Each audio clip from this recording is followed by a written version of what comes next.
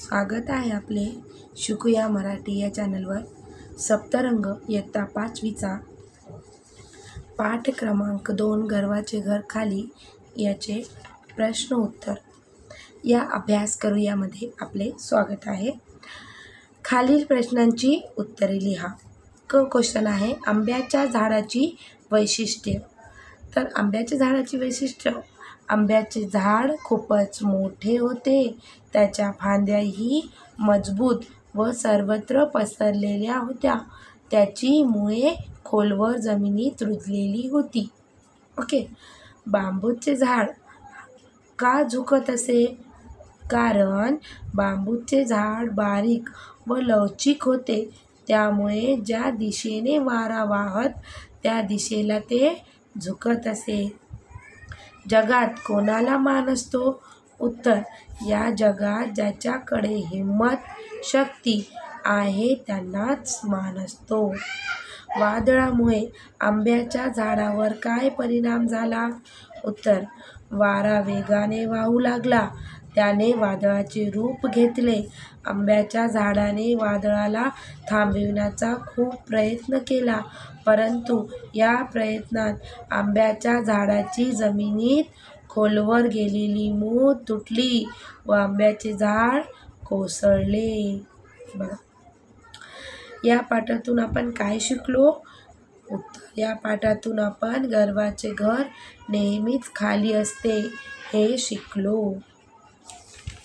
पुढे भाषा ज्ञान. खालील वाक्यातील काळ ओळखा. आपल्याला काही वाक्य दिलेली आहेत, त्याची आपल्याला काळ ओळखायची. काळ 3 प्रकारची: वर्तमान काळ, भूतकाळ आणि भविष्यकाळ. आता बघा, इथे वाक्य वाचूया, मग ठरवूया वाक्य कोणत्या काळाचे आहेत. एक बांबूचे झाड होते. आता बघा, इथे होते आलं म्हणजे की भूतकाळात घडलेली घटना आहे, मग याचं उत्तर आहे भूतकाळ. जगात ज्याच्याकडे शक्ती असते त्यांनाच मान असतो. आता हे वाक्य सध्या चालू आहे की ज्याच्याकडे शक्ती असते त्यांनाच मान असतो, म्हणून याचं उत्तर आहे वर्तमान काळ. मी तुझ्या आज्ञेने वागेन. तर वागेन हे भविष्यकाळात घडणारी घटना आहे, म्हणून याचं उत्तर भविष्यकाळ. गर्वाचे घर खाली असते. आता इथे एक सीख दिलेली आहे आणि सध्या हे होत आहे, असं चाललंय, म्हणून याचं उत्तर येणार आहे वर्तमान काळ. बांबूच्या झाडाला खूप दुःख झाले.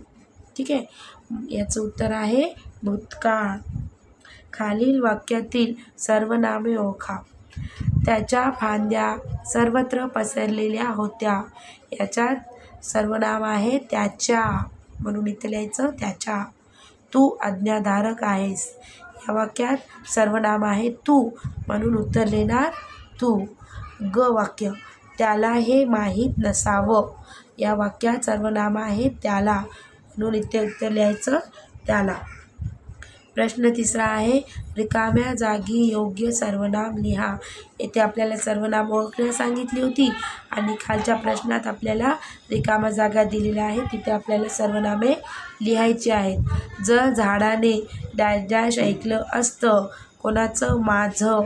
माझं ऐकलं असतं तर. क्वेश्चन आहे डॅश डॅश सरळ उभे राहता येत नाही का? तुला सरळ उभे राहता येत नाही का? डॅश डॅश काही हिंमत नाही का? तुझ्यात काही हिंमत नाही का? डॅश डॅश खूप वेगाने वाहू लागला. तो हा वारा नाही, तिथे तो येते, कारण की तो हा सर्वनाम आहे. तर डॅश डॅश आदर केला पाहिजे. तर त्याचा आदर केला पाहिजे. इथे पण वारा येत नाही, त्याचा हा सर्वनाम येतो. खालील शब्दांचा वाक्यात उपयोग करा. आज्ञाधारक हा आपल्याला शब्द दिलेला आहे. या शब्दापासून आपल्याला वाक्य तयार करायचं आहे. मोहित खूप आज्ञाधारक विद्यार्थी आहे की नाही? अशा प्रकारे तुम्ही वेगवेगळी वाक्य तयार करू शकता. नुकसान.